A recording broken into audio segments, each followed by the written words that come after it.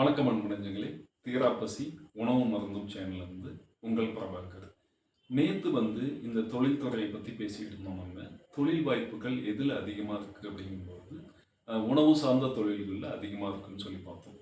அதே போல் புதிய தொழில் முனைவோர்கள் எதில் உருவாகியிருக்காங்கும்போது இந்த உணவு தொழிலில், உணவு பதப்படுத்தும் தொழில்களில் உருவாகியிருக்காங்க அப்படின்னு சொல்லி பார்த்தோம் நம்ம. அதே போல தான் பார்த்தீங்க அப்படின்னா, உணவு அப்படின்னு சொல்லி பேசும்போது விவசாயத்தை தவிர்த்து இந்த ஃபீல்டை பார்க்கவே முடியாது. ஏன்னா ஃபுட் இண்டஸ்ட்ரி மட்டும் கிடையாது, இந்த உலகத்தில் இருக்க அனைத்து தொழில்துறைகளும், பெரும்பாலான தொழில்துறைகளும் நல்லா இயங்கணும் அப்படின்னா அதுக்கு ரா மெட்டீரியல்ஸ் எங்கேருந்து வரணும் அப்படின்னாக்கா விவசாயத்துலேருந்து தான். அப்போ இந்த விவசாயம் அப்படிங்கிறது பார்த்தீங்க அப்படின்னா ஒரு பெரிய ஃபீல்டு, ஒரு பெரிய செக்டர். ஆனால் மக்கள் என்ன பண்ணுறாங்கன்னா இன்றைக்கி அதுலேருந்து வெளியேறிக்கிட்டு இருக்காங்க. ஏன் அப்படின்னா போதிய வருமானம் இல்லை. இன்னொன்று இந்த கிளைமேட்டிக்கல் கண்டிஷன்ஸ், அன்சர்டனிட்டி. ஸோ இதனால் பார்த்தீங்க அப்படின்னா விவசாயத்தை விட்டு மக்கள் வெளியில் போயிட்டு இருக்காங்க. இது ஒரு விதத்தில் வருத்தப்படக்கூடிய விஷயம்தான்.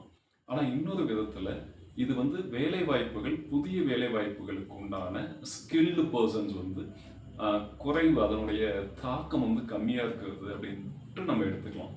இதை இன்னொரு விதத்தில் எப்படி எடுத்துக்கலாம் அப்படின்னாக்கா, ஒரு காலத்தில் பார்த்தீங்க அப்படின்னா ஒரு வீதியில் அரசாங்க உத்தியோகத்தில் இருக்கவங்க 1 அல்லது 2 பேர் தான் இருப்பாங்க. அதே போல் நல்லா படித்தவங்க 1, 2 பேர் தான் இருப்பாங்க. மீதி பார்த்தீங்க அப்படின்னாக்கா விவசாயம் சார்ந்தோ அல்லது வேறு துறைகள்லையோ ஷைன் பண்ணக்கூடியவங்களாக தான் இருப்பாங்க. அதுக்கப்புறம் என்ன ஆச்சு அப்படின்னா டீச்சர்ஸ் அதிகமாக வர ஆரம்பித்தாங்க. அதுக்கப்புறம் என்ஜினியர்ஸ், அப்புறம் டாக்டர்ஸ். இப்போ என்ன பிரச்சனை அப்படின்னா என்ஜினியர்ஸ்க்கு வேலை கிடையாது. டீச்சர் முடித்தவங்களுக்கு, அதாவது டீச்சர் ட்ரைனிங் முடித்தவங்களுக்கு பெருசாக வேலை கிடையாது. வேலை கிடைத்தாலும் அந்த தகுதிக்கேற்ற சம்பளம் கிடையாது.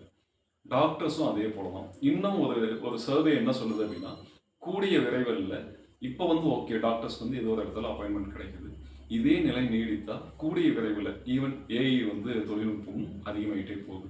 அப்போது ஈவன் டாக்டர்ஸ்க்கே வேலை இல்லாத நிலைமை ஏற்படும், பெருசாக வேலை வாய்ப்புகள் கிடைக்காத நிலை ஏற்படும் அப்படிங்கிறாங்க. இன்றைக்கி நீங்கள் யோசிச்சு பாருங்கள், நம்ம வீட்டில் அன்னைக்கு என்ஜினியர்ஸ் கம்மி, லோ ஸ்கில் லேபர்ஸ் அதிகமாக இருந்தாங்க. இன்னைக்கு என்ஜினியர்ஸ் அதிகம், ஆனால் இந்த லோ ஸ்கில் லேபர்ஸ், அதாவது உடல் உழைப்பை கொடுக்கக்கூடிய லேபர்ஸ் கம்மியாக போயிடுச்சு. இதை இன்னொரு விதத்தில் எப்படி பேசலாம் பார்க்கலாம் அப்படின்னாக்கா, சேலரி வைஸ் பார்க்கும்போது பார்த்தீங்க அப்படின்னா இந்த மக்களுக்கு டெய்லி வேஜஸ் பார்த்தீங்கன்னா அதிகமாக இருக்குது. அப்போ என்ன அப்படின்னா சப்ளைக்கும் டிமாண்டுக்கும் உள்ள வித்தியாசம் தான். ஈவன் இந்த மேன் பவர்லேயும் சப்ளை டிமாண்ட் இருக்குது. இப்போ என்ன அப்படின்னாக்கா இது போல் சின்ன சின்ன வேலைகள் பண்ணக்கூடிய ஆட்கள் பற்றாக்குறையாக இருக்குது, டிமாண்டாக இருக்குது. அதனால் அவங்களுக்கு கிடைக்கக்கூடிய ஊதியமாகட்டும் அல்லது கேட்கக்கூடிய பணமாகட்டும் அதிகமாக இருக்குது. கூடிய விரைவில் விவசாயத்துக்கும் இதே நிலை வரும். அப்போ என்ன பண்ணணும் அப்படின்னா இப்போயே நம்ம முடிச்சுக்கணும். ஆர்ட்ஸ் அண்ட் சயின்ஸ் படிக்கக்கூடிய பசங்களாகட்டும் அல்லது அறிவியல் மட்டும் படிக்கக்கூடிய பசங்களாகட்டும், ஈவன் படித்த எல்லா பசங்களாகட்டும் விவசாயத்தில் ஒரு கண் வச்சுக்கோங்க. ஏன்னா அடுத்த பூமிங் செக்டார் அப்படிங்கிறது எப்படி ஐடியை ஒரு காலத்தில் ப்ரெடிக்ட் பண்ணாங்களோ அதே போல் அடுத்த பூமிங் செக்டார் அப்படிங்கிறது கண்டிப்பாக விவசாயம் தான்.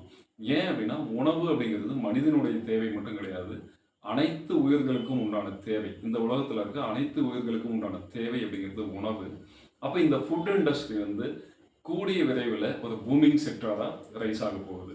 நம்ம நியூஸில் பார்ப்போம், வாட்ஸ்அப்பில் படிக்கிறோம். பில்கேட்ஸ் கூட பார்த்தீங்க அப்படின்னாக்கா அதிகமாக இன்வெஸ்ட்மெண்ட் எதில் பண்ணுறாரு அப்படின்னாக்கா இந்த விவசாயம் சார்ந்த தொழிலில் இன்வெஸ்ட் பண்ணிட்டு இருக்காரு. அப்போ இப்பயாவது நம்ம முடிச்சுக்கலாம். ஏன்னா விவசாயம் அப்படிங்கிறது கிட்டத்தட்ட 50 டெக்னாலஜிஸ் தெரிஞ்சால் மட்டும்தான், நான் சொல்கிறது மேபி கம்மியாக கூட இருக்கலாம், 50 தொழில்நுட்ப அறிவு இருந்தால் மட்டும்தான் ஒரு விவசாயம் பண்ண முடியும். நம்ம நினச்சிட்டு இருக்கோம் விவசாயி அப்படிங்கிறவன் ஒரு லோ ஸ்கில்டு, அது லோ லெவல் அப்படின்ட்டு. அப்படி கிடையாது. 50 வகையான திறமைகளோ தொழில்நுட்ப அறிவோ இருந்தால் மட்டும்தான் விவசாயம் பண்ண முடியும். அப்போ யோசிச்சு பாருங்கள், நாம் எங்கே நிற்கிறோம், விவசாயி எங்கே நிற்கிறாங்க. அப்போ யோசிச்சு பாருங்க, நாம் எங்கே நிற்கிறோம், விவசாயி எங்கே நிற்கிறாரு அப்படின்னு சொல்லிட்டு. அப்போது ஏணி வச்சாலும் எட்டாத உயரத்தில் தான் விவசாயியோட அறிவும் இருக்குது, திறமையும் இருக்குது. இதனால தான் வள்ளுவர் விவசாயத்தை அப்படி தலையில் தூக்கி வச்சு கொண்டாடி இருக்காரு. சுழலும் ஏற்பின்னது உலகம் அப்படின்னு சொல்லிட்டு. முடிச்சுக்குவோம். விவசாயம் சார்ந்த அறிவை வளர்த்துப்போம். விவசாயத்தில் கிடைக்கக்கூடிய வேலை வாய்ப்புகளை பயன்படுத்திப்போம். வணக்கம் அன்பு நெஞ்சங்களே.